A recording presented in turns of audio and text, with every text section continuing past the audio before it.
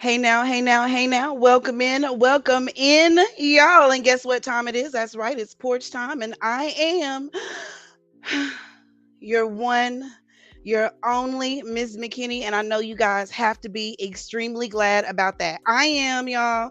We are going to have a good time tonight. Well, we're talking about a serious subject, true enough, but I'm super excited to have each and every one of these individuals on the stage or on the porch with us tonight to talk to us about encouraging young men. That is a subject that's near and dear to me because you all know how much I love my Elijah. But it was even more exciting to find a group of men who were strong and transparent and willing to help another along the way. I know that we've been blessed to find individuals like that as my son was growing up. But again, as an adult, it's a good thing. I feel to have people in your life that are positive, that are encouraging, that don't mind telling you what they've been through and what they've gone through to help another along the way. So, with that being said, I'm getting too excited. With that being said, I'm going to start bringing people up on stage. First coming to the stage is Mr. Ernest James. He is a minister. I believe he told me he's from the Chicago area. He has a podcast which is Friends to Friends to Fatherless Daughters. I'm sorry, y'all. I'm super excited. Friends to Fatherless Daughters, as well as Deal to Heal. Let's bring him on up. Hey, how you doing? Hey, how everybody doing? We are excellent. Thank you so much for joining us on the porch. Next, we're going to bring up. I'm sorry. Do you have any words? I'm excited. I'm ready to like dive in. Yeah. The podcast is called Deal to Heal with E. James Podcast. That's Yes. the name of the podcast. And actually, you said Friends to Fatherless Daughters because that is where we met Yeah. approximately 1 year ago. You were the first person to ever ask me to be on a podcast, and I came on in like one of your April editions.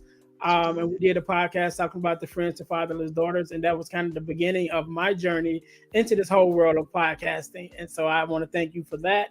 And so yeah, now I'm Ernest James at Deal to Heal podcast. That's where I'm at. So thank you. Thank you for joining us. I'm ready. I'm ready, y'all. Next, coming to the stage is a Dallas native, Bishop Eric T. Johnson. He has so many things that he has going on in his life, from a postmaster all the way down to someone who's given us some time in the military. Let's bring him on up. Hello, Bishop. How are you? Hello, everyone. Hello. Thank you very How are much. you? We're good. Any words before we get started?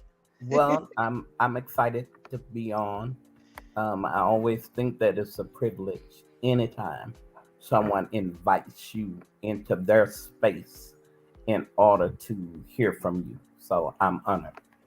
Y'all don't make me start crying before we get started. Y'all saying all these sweet things. Thank you for joining us, Bishop. Bishop. Next on, we have the man, Mr. Russ, from the Man Space podcast. I'm not really sure what area he's from. We met in the podcast world. His podcast is absolutely hilarious, y'all. You guys are going to want to go and check him out. Here we go. Welcome in, Mr. Russ. Hello. Do you I want to am tell us where in. you're from? Well, I am in the Carolinas, as we say in the opening of our show, that we're broadcasting from the Carolinas. You It's do. myself and my co-host Les, and he's in one half of the Carolinas. I'm in the other half of the Carolinas, but we cover it all. So Excellent. And you guys are a hoot too. And you did say you're from Carolina in the intro, but you could have yes. just been saying anything. I wasn't sure.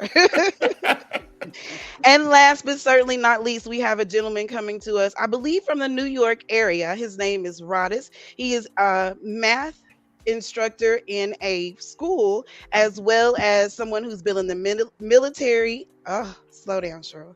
As well as have been in the military, and he's a rapper. Let's go ahead and bring him to the stage. There you Hello, go. how you doing? I'm Riders. I'm from the Chicagoland area. Chicago. I'm a Right tree. on. I've been to the Marines. I'm a Marine sympathizer, A Marine greatness. and I'm just ready to get it on with you guys. Now, Mr. Roddice, I do have a echo with yours. Okay, I'm sorry. Can you Oh, hear me no now? problem. Okay. Am I still echoing? Alrighty, so you guys know you came to give us a conversation about how we're going to encourage young men of the world today. Again, a super special subject to me. So, with that being said, let's ask our first question. Health. Thinking about Father Time, what advice do you give young men on being and remaining healthy? And who would like to start us out? Well, that's an interesting one as a whole because as a young man, you feel like you're bulletproof. You feel like you're invincible, that you can do anything. And as Father Time creeps up on you, you realize, wait a minute, maybe I shouldn't have been, jumping around doing all the things I was doing. Maybe I shouldn't have drank as much as I drank when I was younger. Maybe I should have, taken better care of my health. When you look at it, we probably all heard the phrase "been rode hard." You see a lot of people that look, like they're 65 when they're actually 35, and it's because of how they lived their life when they were younger. The main thing that you want to do is have longevity in this life, and taking care of your body, taking care of your mental plays all into that, and you have to do that at a young age. Agree. Very well agreed. Thank you for that. Yeah, one of the things that I talk about when I'm talking to them is a phrase that I've heard before, and that's health is wealth, right? And there's a statement that says, when you're younger, you sacrifice your body to make money, and then when you get older, you sacrifice your money trying to get your body back. You know what I mean? And so, so one of the things I learned, like, you got to take care of your body along the way. And you are going to get older. So me, myself, I'm a bricklayer by trade. And so when I came in as an apprentice into the bricklayer field, one of the things they used to tell us about, hey, take care of your body. Don't be jumping off the scaffolds and all those, things like that. Because, right now you're young, but you're going to get older. And sure, just like probably half of us when we came in, I'm like, yeah, okay, I'm good. I'm young. I'm jumping off the scaffold and, things like that. So now I'm 46. And my knees let me know you shouldn't have been jumping off them scaffolds. You know what I'm saying? And so now I pass that same information on to the younger guys that I come in contact with, even on our on a work job site. That's what I'm trying to say. Even on a job site, or just young men that I'm having conversations with, like, look, you're not going to be young forever. So you got to take care of your body, because that's one thing. Once your health declines, that's one thing that's hard to get back. It is. And so, would you recommend anything would anyone recommend anything for mental health? Me personally, definitely some prayer. Definitely taking out time to just be quiet. And I think this is a big thing, especially in this climate with our younger generation, because they're so bombarded by social media and music and the phones or whatever. You know what I'm saying? You got to take time to just be quiet. Like real quiet time. Like, shut everything off. And just be quiet. And then you can even take that time to process the things that you've been taking in anyway, what you've been taking in through your ear gate, through your eye gate, all these things that's in your mental, because you're constantly, receiving. You got to give yourself time to even begin to think about the stuff that you've received, into your mental space. And so that's one of the big things I would say. Just make sure you take some quiet time to sit down and be still, so you can hear what you think, and then so you can also hear from God when He's trying to tell you something, some things that you might need to change. Absolutely. Your prayer time, you taking time to read as well. Disconnect from your phone, disconnect from the TV, disconnect from everything else, and sit in quiet for a little while, because that helps recharge you. That's your time to refocus and recharge. And there's so much bad that's happening in this world. And if you're constantly seeing it thrown in your face, it really plays onto your mental psyche. So you take that time to disconnect from all those things and get back into a book and get back into just that quiet time to refocus and hear that word and resharpen your mind for just the challenges of the day. Yes, yes. Bishop, Rodis, anyone have anything to add to that? Always try to tell them to hurry up and wait, listen more, and talk less. You only get one body, and you only get one life to live. Ladies, not going nowhere. Just take your time and live your life. Say that again. And what? The women aren't going anywhere. So just take your time. We often talk that we gotta pray to God. So I look at that like a kid always saying, "Mommy, mommy," or "Daddy, daddy." But when you meditate, you listen to God. You're not taught to be quiet and listen to what the messages that the Lord and Savior has for us to lead us in a proper way. So let God take the wheel. Yes, y'all taking us to church, and I love it, young men. I hope each and every one of you are listening to this great knowledge. And Bishop, I know you got words for us. Is he froze? Is he Well, I've asleep? enjoyed come before me. Can you hear me? Can you hear me? Can I can. I everyone hear think me? you were froze for a second, but we that thought it you were is. asleep. I think that it is. I'm up. This is my leg is elevated from the surgery, and so I have to sit at a position in order that the fluid in my leg will drain properly. So that's why it looks like my eyes are closed, but I'm up. I've heard thing that which was all great. Um, but with this, we, we were a generation of men, and being Afro American, we got a lot of stigmas growing up. We got stigmas like it's not okay to cry. But it is. But the truth is now that if you're not in control of your emotions and you don't use yours, what will happen is you'll be angry and you'll eventually explode. So you have to get in touch with the softest water, and you have to be in touch with not just one side, the side that we miss, but you need to be able to express yourself all the way through life. And Mhm. so if I tell them that it's okay to go to the doctor, I would say that it's okay to go see a psychiatrist, because these are all of the things in our absolutely for a man was not okay. And we also were taught, or I was taught, maybe not you taught, that we don't cry, we don't go to doctors, we take. And truth of the matter is, I believe what we should have been saying was, when you're hurting, suicide is on an uprise, especially among our people. You know, when I was growing up about suicide, now it's us killing us.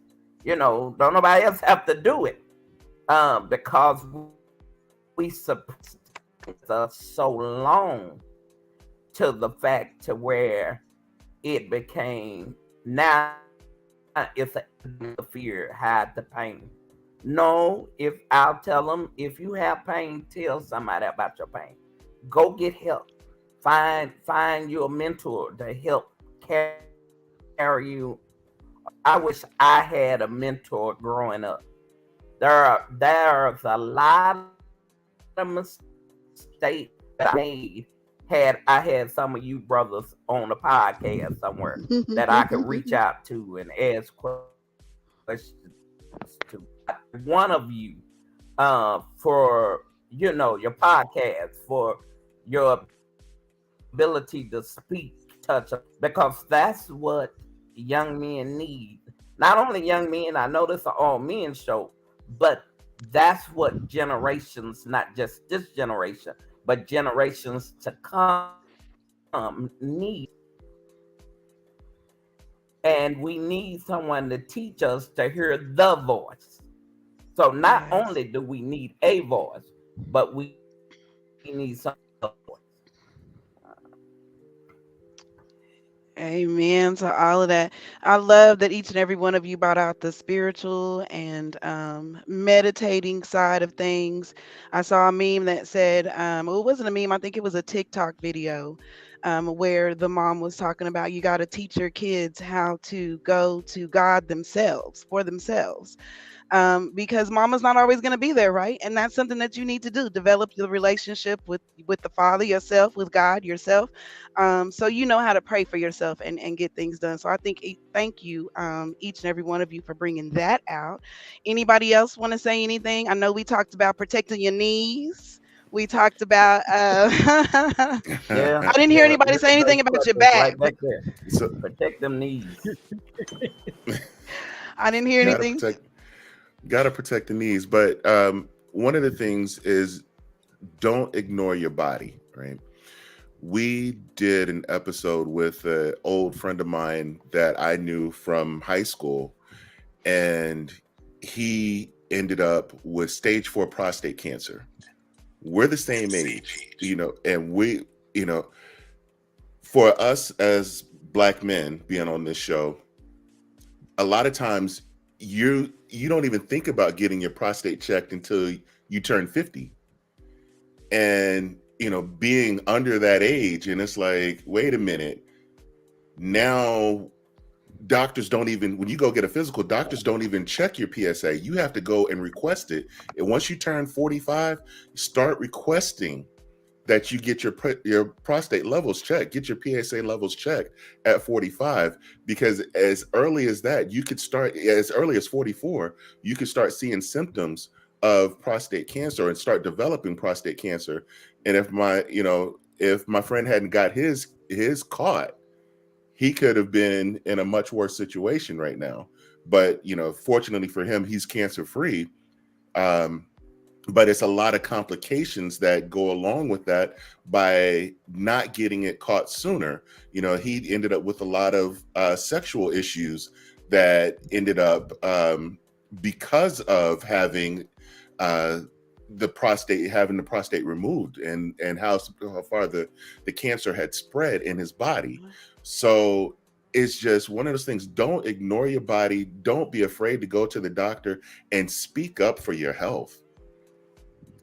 Yeah, I agree with that, because even myself, I'm 46 now, which is one of the things that me and Cheryl was talking about before we started recording. I'm 46, and so now I'm making sure that I'm going to get those checkups. You can even start before you get in your 40s. I definitely would say start before. But us as men, we're gonna put it off as long as we can. But now, Absolutely. even myself, I'm at that age that I know I can't put it off. So, and like you said, even when you go for a general checkup, or whatever kind of checkup, you got to tell them, look, check for this, and this. Right. I had a whole list. I'm like, check for everything. You know what I mean? I don't need no surprises. I'm already here. You know what I'm saying? Right. It's hard enough to get us here, but since I'm here, let's just check everything. You know what I mean? And so we have to do that as men, definitely, to take care of our health. Yes. And Mr. Rodas, I don't mean to keep you mute. I just have a echo when I have you unmuted. It's not an issue. Are you good? Did you have anything to add? No. I just enjoy listening to these young men. They're wonderful, aren't they? Yeah. Thank you guys so very, very much. Let's move on to the next question. This was one that I couldn't really even answer myself. Invest in myself. What does that look like? If you're talking to the younger you, and here we are at, I don't know how old you guys are, but I'm 45. And so here we are at this age. What could you have done, or what would you recommend to someone doing earlier in life, so that when we get here, we're here? What does investing in yourself look like? I would say, first of all, for myself, that looks like getting the information that they don't teach you in school, right? The information that's out there in plain sight, but it's not in school. You know, myself personally, on this last year or so, I've been on my own journey of self-development, which is one thing. Definitely get into some self-development and learning about yourself as a person, which will also open up the doors to let you know where you're lacking in some of the areas of your life or information that you need just to make better decisions. And so you got to search out that information that's not that they're not going to teach you in school, but that you may need to not only get to the next level in your health, get to that next level in your mental, get to that next level in your family. Like everything that you want, you got to go out and get it. You got to go get the information. So we were talking about earlier about the information that you allow in your eye gate and your ear gate. You know, you got to get away from the entertainment and let's go further into some education, which is, you know, stop listening to so much of, you know, music rather, but get into something that's going to add value to your mental, to your spiritual, you know, so you have something to build on that's really a strong foundation of your manhood. Myself personally, I was always kind of on that journey, even as a young person, but I didn't get into self-development with some of my information within to the last couple of years, and I'm 46 myself. So mind you, had I started getting more into self-development and getting those kind of skills in my 20s, you know, how much further could I be now? So Furthering yourself. Mr. Rodas, I know you would unmuted. You wanted to hop in? Yes. When I was coming up, I had to do chores. So I rake leaves. I shovel snow. I cut hair. So those type of work values was already instilled in me. What I would advise is that find something that you like, and you hone whatever talent that is, and if you use that as a career, it'll be less like work. So we're in a different climate as opposed to the 70s and the 80s. Now you can be your own boss. You know, I look at school. I have a college degree. Like I said, I'm a teacher and everything. I think that society sets you up to go to school where you'll be paying back and owing, you know.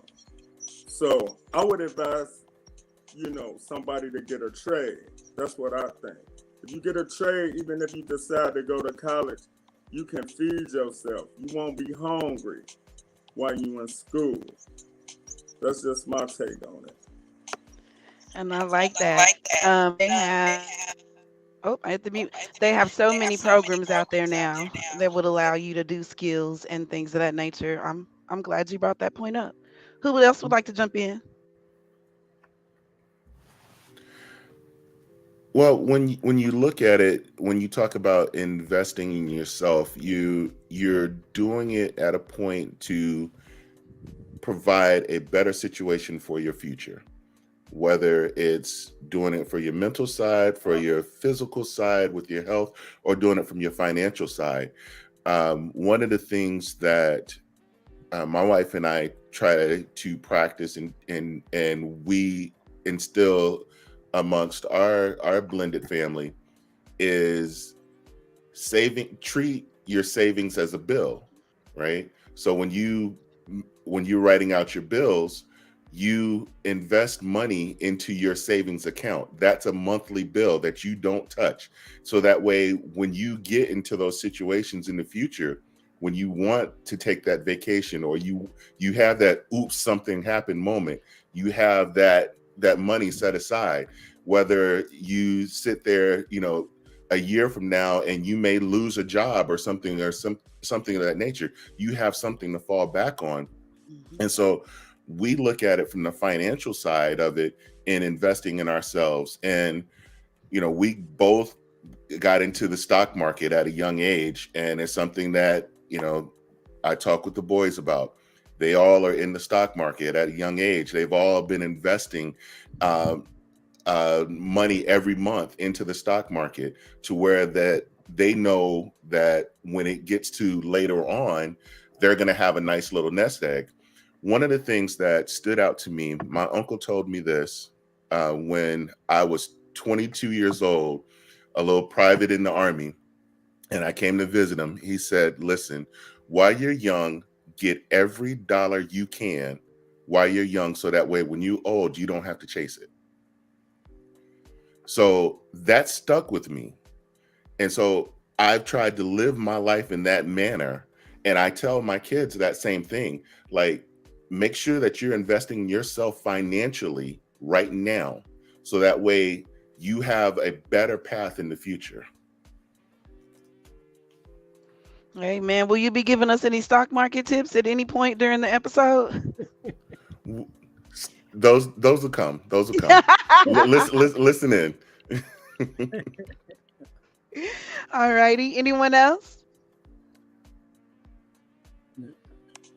One thing I can add to which is one thing that the other gentleman had said earlier about getting a trade. That's also something that I definitely talk to our young boys about. Again, I myself am a bricklayer by trade, and so that's one of the things when I talk to young guys. One of the things that I don't know if they still do it, but when I came in as an apprentice for the state of Indiana, because I'm in the Chicagoland area, but for the state of Indiana, they would print out this book with all the apprenticeships for all the trades. And so I went and got a couple copies of it. And so when I talk to young men, I'm like, look, just pick one. You know what I mean? Because they all make money. You know what I'm saying? And if you get in young and you hit your journeyman status, you're making anywhere from, $30 to $40 some an hour, at a young age. That's going to be able to set you up, if you manage your money right. So by the time you get a little older, you already be okay, but a lot of us not privy to that information, including myself, because I already knew I wanted to be a bricklayer when I was in 8th grade, but I didn't know anything about the apprenticeships. I didn't learn anything about apprenticeships till I was maybe in my 20s, so had I had privy to that information right out of high school, instead of going to college and taking construction classes, which is what I did, I would have went straight into the apprenticeship, where the apprenticeship would pay for your college, and you'll be working at the same time, and you'll be in a union, and you'll start off at half scale, which when I got in was like $15-16 an hour. I think half scale now is like $20 some an hour, and journeyman scale is like $43 an hour. And that's something, again, like my dad was a mechanic. And so that was one of the things that he always told us: learn something that you can do with your hands, because nobody can never take that from you. And I think it was Russ that said earlier, you learn something that you can be able to feed yourself. So even if I don't have a job as a bricklayer for a company, I can do bricks for my own.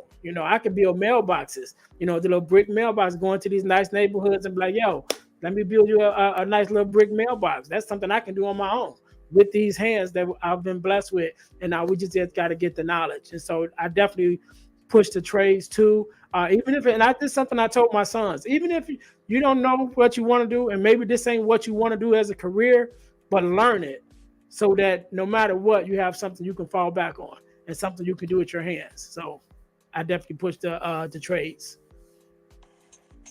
Hey, could I say one thing? Nobody could take a skill away from you. A computer does not have a skill. You understand? I can't see a computer braiding nobody hair. I can't see a computer taking blood from nobody. You understand what I'm saying? So I'm just saying this to say, find something that you like and do it. Anything that you love, you gotta put time into it. Dreams don't work unless you work. That's all. And Bishop? Certainly, I agree, man. You guys are wonderful. And I was going to ask the question: can we get a little stock tip here or there? Get off the podcast. I think you guys said some very powerful things in order to help not just young men but old men. I think I changed my first transmission ever in the 8th grade. I was one of my uncles, and this is the reason they taught me a trade and showed me how to build and to work on automobiles, is because as growing up, I was dyslexic.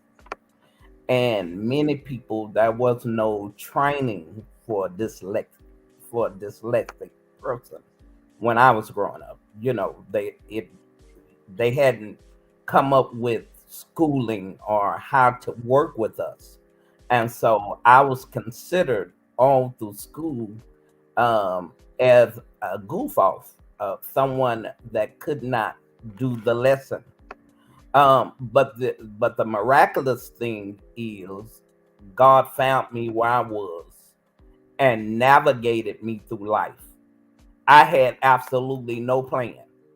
I had no encouragement. I had no one telling me that you can be whatever you want it to be. And you don't have to just pick one thing to be. You could be multiple things. Whatever the Lord assigns to your hand to do, do that. Do what makes you happy. Do what makes you comfortable. Do what pays the bills. And so they taught me trades because they knew for whatever reason, education was not my thing. Because they literally, y'all, when I first entered into college, um, when uh, when I took my transcript to the lady at the window, she looked at my transcript and put her head down, literally, because they had to make up grades just for me to have grades. That's how difficult learning was for me. And I laugh a lot because now I do EOs and redress for the postal service. And the reason that I laugh is because if the lawyers or the judges that I meet with knew my background in education, they'll run me out the courtroom. They would not sit at the table with a guy that knows absolutely nothing.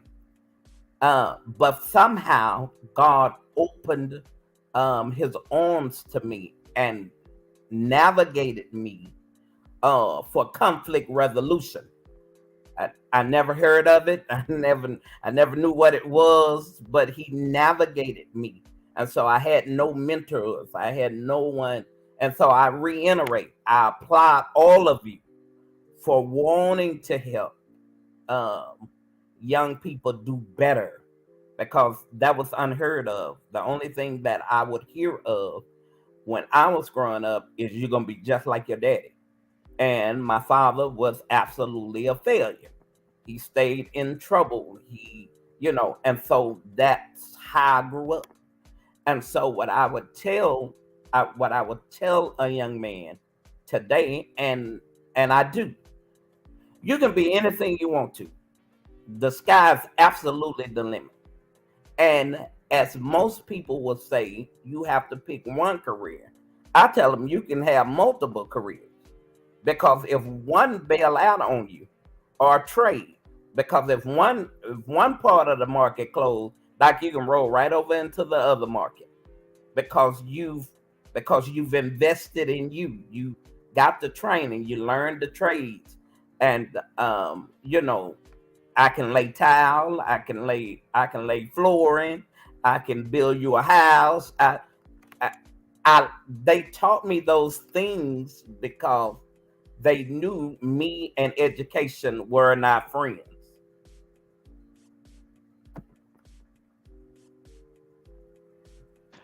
And let me come off mute. I like that each and every one of you said something about having a skill. So as a mama, let me speak up at that, right? We're always like, gotta go to college, gotta start from one. And it was interesting that you said that, Rodis, being in the education field as well. What I had to wrap my mind around is a skill is education. It's very much education. And it's the type of education that you guys said, you'll be able to do anything, not even for just an employer, but for anybody else and yourself too, taking it and turning it into a side hustle or a whole business for yourself. So kudos and absolute excellence. Your son, is he college age or high school age or? He is. My sweet little baby Elijah is 23. Hey, He is Okay. baby. grown. He's Okay. not grown. He's not grown. He's not He's grown. He 23. live on his own. He might have a girlfriend or But he's whatnot, but not he's not grown. grown. Oh, Always my baby. One There's a thing, diff. I'm sorry. Go ahead, Rada. one thing that we always taught when we kids is no, no, no, no, no, no, no, no, no, no. And you stripping that child away from their superpower by telling them no. You know, just saying. Because the thing is, like, why does it have to be no? You know what I'm saying? And when kids ask questions, because I said so, it's not a good enough answer. You have to give them an explanation that they could resonate with. Yes. Yes, you do. Unfortunately, it's not a strong suit for mama sometimes, or not this one. And there's Mr. Ernest. Let's add him back. Hey, I don't know what happened. My whole computer just shut down all Oh by itself. no. So I came back in on my phone. So hopefully y'all can hear me. Yes, sir, we can. And we were talking about investing in yourself. And I talked about how I like that you guys said get a skill as opposed to I don't know, necessarily maybe going to college if that's not your thing, or not doing anything at all. Getting a skill because it not only benefits whomever you're learning the skill from, but then you can do some things for yourself on the side. So we kind of already moved into the next question, which is what would you say to a young man that might be struggling with their career path? And it sounds like to me you guys took investing in yourselves and careers and rolled it all into one. And I want to thank each and every one of you for your service as well. Russ, I did not know that you were in the military, so forgive me for not saying that. But moving into the next question, which was your careers, and I think you guys have again have already answered it, talking about how the best thing to do is to make yourself happy, to not listen to the no's like Rada said, but to make yourself happy, to do what makes yourself happy in the soul. And as a mama, I can definitely get with that. Anything anybody else want to add? Yes, Jesus was morally richer than anybody. So if you chase your dream, the money will come. Okay, I like that. And I'm just now chasing mine at 45. So you said the money's coming, right? It's never too late. It's never too late. I'm still looking for it. I'll be glad when it gets here. The money. Excellent. So let's move on to our next one. Thank you guys for your answers. Did anybody else have anything else to add? No. No? Okay. And the next question, friends, at what age and how did you figure out your circle? My son was really good at this. He decided who he was going to hang with and who he wasn't, and that was his decision and his choice. And even as they got older, they were still good friends. You know, living together, supporting each other, and things of that nature. It's not that easy for women, I don't think, but maybe it is for you guys. So, how was it when you were younger? With the friends, it doesn't look like any of you got into any kind of trouble. I bet you were all just perfect angels and had good friends. Look at Bishop, and had perfect friends. Went to Bible study every Lord have Wednesday and mercy. Sunday, right? I That mean, is not my testimony. my circle has changed as I've changed, right? I'm not the same person that I was and as a high school or middle school or elementary school, college age, or even when I was in the military. I'm not the same person. I'm not the same person that I was 15 years ago. So as I've adapted and changed, my circle has changed. I have friends that I've still keep in touch with from the second grade, but they're not part of my inner circle. They're friends. I see them when I see them. We talk every now and then, but my inner circle is more cultivated to around what my direction is, my path, right? I have goals and things that are set out for me and my family. So if my I can't hold on to certain things and certain people. Sometimes you have to let certain people fall out of your circle. You can still, love them from afar, but you can let them fall out of your circle. So my circle is constantly changing with the people that are in it. And for me, I never want to be the biggest fish in my circle, because if I am the biggest fish in that circle, then I need to change my circle, because I'm not going to grow as long as I'm the biggest fish in that circle. So for me, I need to continue my growth. So my circle is constantly changing. Yeah, and I agree with Russ, and to even add to some of what he said, even with myself, I was always on a different, should I say, I was a little more mature than my circle growing up, right? Because I always was focused on, okay, what's the next move, what I want to do with my future. So when we got out of high school, my mind was already on, okay, where I'm going to college. I knew what I wanted to do. I wanted to be a bricklayer. So I already knew the path that I wanted to do. Unfortunately, my friends didn't necessarily do that. And sometimes what I found is sometimes your circle can be your biggest hindrance. And so while I was going to college and working and doing my thing, my friends spent my inner circle at that time spent a good amount of their time going to strip clubs, drinking, smoking, and all that stuff. And they stayed in that same circle, all of them, not doing much for almost 5 years. And then as they began to break away from each other, after that 5 years, then they all began to elevate on their own separately. So sometimes, depending on your circle can be your biggest hindrance, because your circle can hold you back because you're trying to fit in with the circle. So me myself, I had no problem, going my way. But just my friends, they didn't all start to grow on their own till they separated. And then once they separated and they all started to grow and came back together, then that was different. But I think when it comes to choosing your circle and those that's going to be around you, especially when you're younger, the first thing is to get to know yourself. And like I said, I'm more so now on this journey of personal development. But if you can get into that early to really know what are the things I like, what are the things I value, what are the things that I want to accomplish in my life, and really get in touch with who you are, then evaluate all of the people that you allow into your life on how they propel you in the direction that you're trying to go. So if you're trying to be, a college graduate, but you're hanging out with guys that didn't finish high school, you already know they not gonna help you get to where you're going. Right. You know what I mean? But it takes some self-knowledge first of getting to know yourself and your own values, and then that way you can evaluate the people around you better. I like that. That's good knowledge, just not for the young men, but for the young women too. Knowing your circle, and I like that. Someone said you don't want to be. Did you say the biggest fish, Russ, or what did you say? Yeah, you don't want to be the biggest fish in the pond. You don't want to. You need to have people that are. If you're looking to be successful, you want to be around successful people, right? You want to be around people that you can learn and grow from, right? If you're the most knowledgeable person in your whole circle, then who are you going to learn from? Absolutely. Right. You can always teach, but you need to be around people who can help you learn more, because the thing about life is that you're always learning. Your learning journey never stops.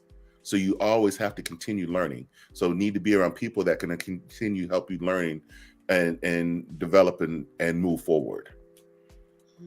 Sit with the winners. The conversation is different. I've seen that a few different times all over social media.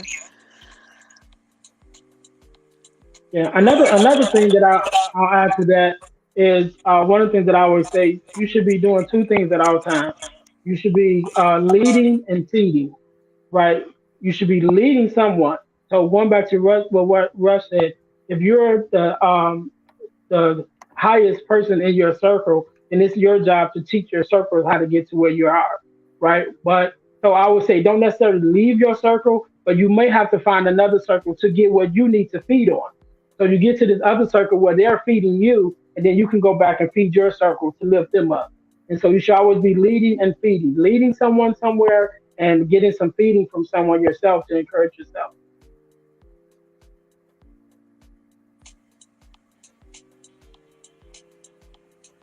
I think you muted, Cheryl. Oh, Mr. Roddish, you have something else to say? Yeah, I was about to say that it's two sides to a circle, in and out, right? I always been a leader. So what I do is just like with the stocks, you diversify. I have a diversified group of friends. I have friends that's realtors. I have friends that's barbers. I have friends that's teachers. I have friends that's podcasters. And what I try to do is add value to any situation that I come to. So basically, in all of those friend groups, you need to assess, what everybody's doing and how you can capitalize in every situation that you in. You understand whether it's learning, whether it's showing somebody else something, in my friend groups, it's not like, oh, this, that, and the other. It's that, hey, he put us up on how to get LLCs. He told us how we can make money back from podcasting. Hey, he helped me get a property here. Hey, he helped me find my location for my shop. You know what I'm saying? So I have friends 30, 40 years. When I see them, it's like we never left because I consider friends genuine. You know what I mean? I don't look to them for nothing. I don't look to receive nothing. It's just giving, But be selective because people show you how to treat them. Say that one more time because that was good. Be selective because people show you how to treat them. Bishop, you ready to chime in? But when it comes to circles, I've always had a small circle. And the reason that my circle has always been small is because perhaps I grew up with a rough group of people. And most of the guys that I grew up with either went to jail or many of them went to the cemetery. Oh. And so my grouping was always small, but I got along with every group. But my inner circle was always small because perhaps I thought like a criminal. I knew one thing, and the one thing that I knew was that if I'm going to do something, that won't be a witness. And you have to be careful depending on your plight and where you end up in life, because perhaps there's always someone in the circle that does not want to see you make it. And so I've kept my circle small, but I did not limit myself to the circle. I'm a pastor now, but I have a pastor. My pastor has a pastor. We are accountable, or we make ourselves accountable to one another. So, I won't be on NBC tomorrow because of I did this or that. We make ourselves, I purposely, when I was a young preacher, I had issues being a young preacher. And I knew I needed someone that I could respect and be accountable to. So I went and got me a pastor. Now I'm a pastor, but I needed a pastor. And I think that in your circle, everybody in your circle has to be teachable. Not just you, but everyone in the circle. If it's a true circle, we all have to be teachable. If we're going to make it, we have to make it together. Some people don't need people to help them make it to the next level. But that's never been my testimony. My testimony is I keep it small because in small, you can control small. You can control who comes in and in and out the circle. So I've always been real particular about my circle. I just, you couldn't, and many of the people, and I have friends, as one of the gentlemen said, from kindergarten, and we're still friends. I don't see them every day, but when I do see them, we pick up like we just left kindergarten and engage with one another in that manner. So I don't see them every day. And it's been said that I am difficult to befriend. That's what they say. I don't know if it's true, but it's been said that I am difficult to befriend. Those that survive my friendship is because they have proven themselves to be friendly. And if we would search the Bible, it says that I'm absolutely the opposite of what the text says. You must show yourself friendly first. I do not do that. I'm opposite of it. Not that it's a good trait, but it's a true trait. You have to really know how to treat me to be in my circle. And so I think one of the I think it was Ron, one of you brothers said that that people have to know how to treat you, or you have to know how to treat people. I said to the church one year that in this next season of your life, you have to learn people how to treat you. You have to what you deserve. You deserve better than what most people are giving you. And so in order to maintain in my circle, let me teach you how to treat me, because I'm going to treat you well. If you make it in the circle, baby, that's the best circle you ever got in your life. I'm just saying it, you've made it if you get in the circle. Once you get in the, tell you, this is how I am. I'm going to treat you. I'll never hear your name in the streets, because I'm controlling the circle. But the reason that I decided as a pastor, I feed people every day, but I knew this is what my pastor said to me. Bishop Allen said to me, he said, son, the reason that you came to me was because you could kill. No, he said, son, the reason that you believed me was because you can kill the demons over the people that's over you, but you have a difficult time killing the demons that are within you.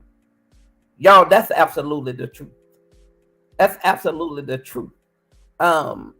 Even if my anointing is great enough to kill all of their demons, what I discovered in our walks of life is that we could be great men and women.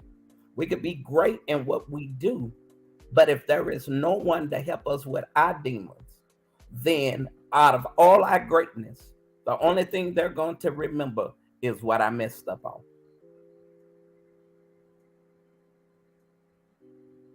So very true. Oh my God. Like, I'm going to re-examine my whole circle now. Y'all have just given me all this. I know it's for the young men, but y'all done gave me some wisdom. I knew you would. Let me read some of the questions. Oh, I'm sorry, Rodas. Go ahead. Tell your son that an enemy is rarely a stranger. I don't think he would believe me, but I certainly will. He's never met a stranger or an enemy. It's a good trait of his. It's a good trait of his.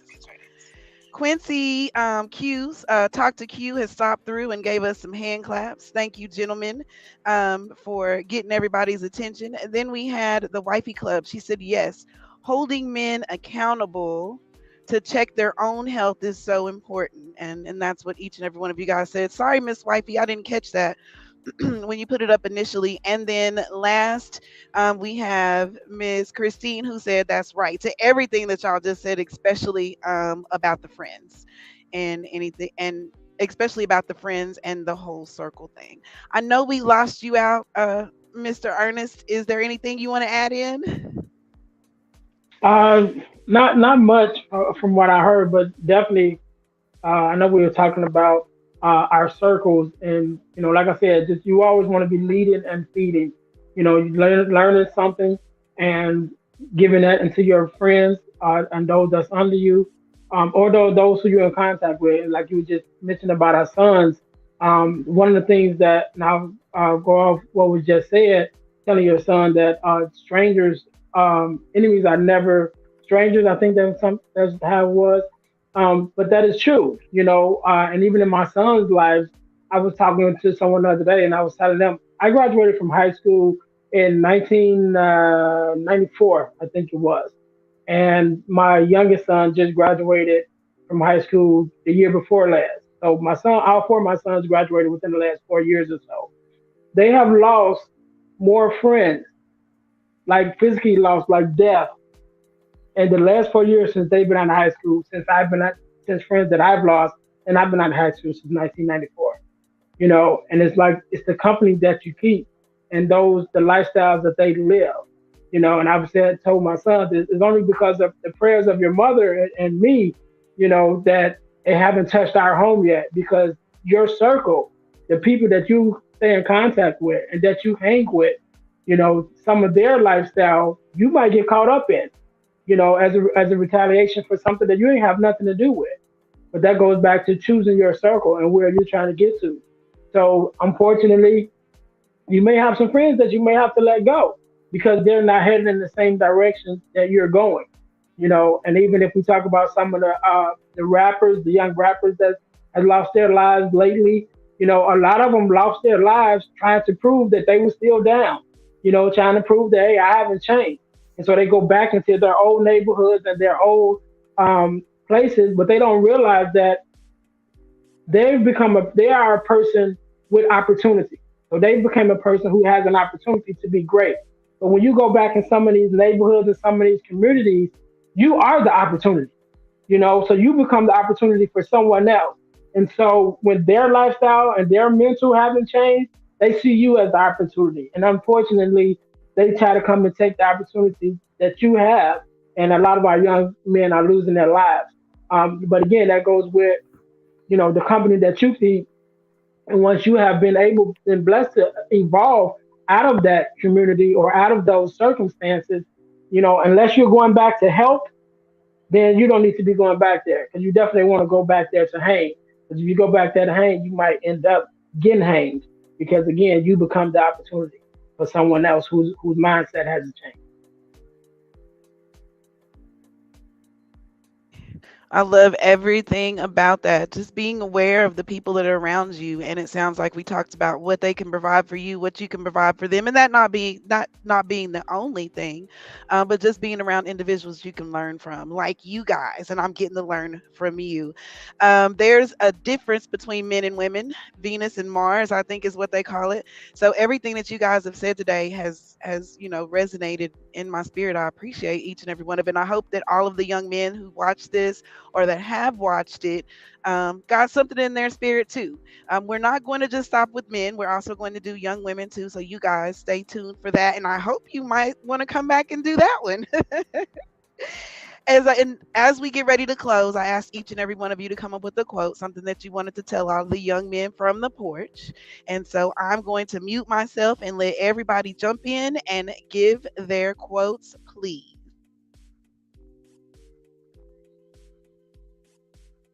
Okay, I'm gonna pick I'll go somebody. first. Right. I'll go first. First of all, Cheryl, thank you for having me on. Again, for those who I know I was in and out a couple of times. But my name is Ernest James. I am the host of the Deal to Heal with E. James podcast. And my mission is to help people to deal, heal, and fulfill. To deal with your problems, to heal from the pain, and to fulfill your purpose. And so when we talk about purpose, which I believe that most of our young men are looking for, right? Some direction and some purpose.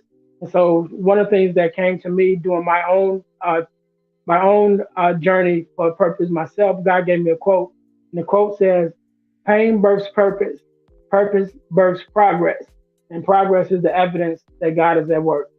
And so when you're looking to find your purpose, look for the things that pain you enough for you to want to make a difference. It don't necessarily have to be your pain, but when you reach out and you begin to help someone else to heal them from their pain, you found your purpose. And when you go to do that, and you watch the progress, that lets you know that you're on the right spot. Because God is allowing you to make progress in those areas.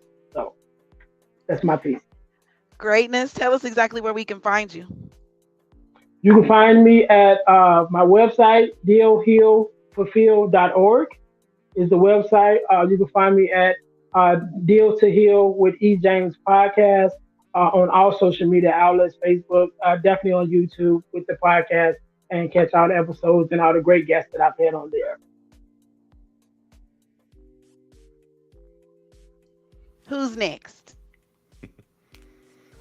So I'll jump in and I'll make mine pretty short. Destiny can only catch preparedness. Now, that may miss with some people, but keep saying that and they'll start to sink in. Destiny can only catch preparedness. I am the creator and host of the Manspace podcast. We are all over social media at Manspace Nat1. Our episodes are all across every major platform and our website, the manspacepodcast.com. Excellence. Who's next?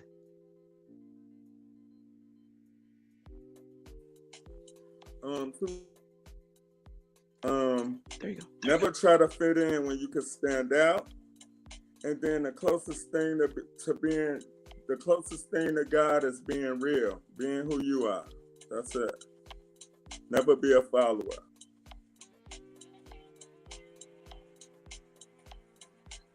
I can't hear you. Your mic. Sorry. It's only when we can be followers when we're following you, though, right? Tell us where we can find you.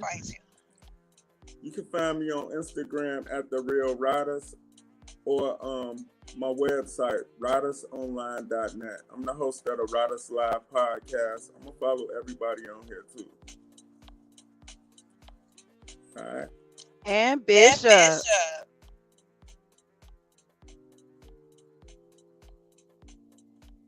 His mic muted. Bishop, you muted yourself, so I can't unmute you.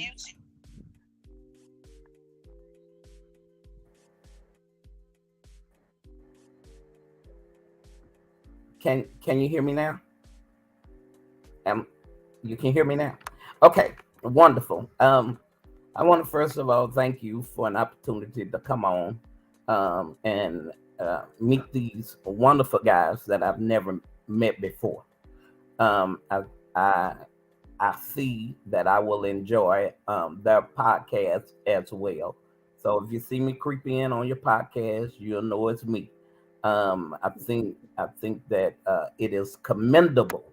It is commendable what you're doing. I never thought about doing a podcast, nor will I think about doing one after we get off of here. But I do certainly applaud each and every one of you that are touching someone else's life and making it better. I think the word that I will leave is from Psalms 29:7. As a man thinketh, so is he. You have the power to think it. You have the power to be it. That's my piece. Greatness. I thank each and every one of you for joining us. I do want to read this one comment before I let you guys go. The Wifey Lounge says, "This is definitely great information. I look forward to sharing with my son. I preach this to him every day and grateful he has the same two friends since elementary and holds them accountable." Greatness. And then, of course, you guys got a round of applause. And I want to give you one too. Thank you guys for joining us. If there are no last words, I will let you guys go. All right. And All right. thank you, Cheryl, for having us, and big hands out to you for putting this together. Thanks for the invite. All righty. I'm going to move you guys backstage. Nice meeting you, brothers. All righty. And so thank you each and everyone who joined us today to listen to what this extremely fabulous panel had to say about young men and encouraging them. I hope that everyone that listens, that has a son, that has a dad, that has an uncle, or anyone you can share this with and get some information. The best part about it is, guys, is just being able to encourage each other. And that's what the porch is all about. We thank you for listening, for tuning in, for your comments. Y'all, it has made me one happy camper tonight. I'm trying not to cry and get too excited. I thank each and every one of you for joining us. I hope it won't be the last. And always, what I always say is, be you, baby. Can't nobody else do it better than you. Thank you guys for joining the porch, and we'll see you next time.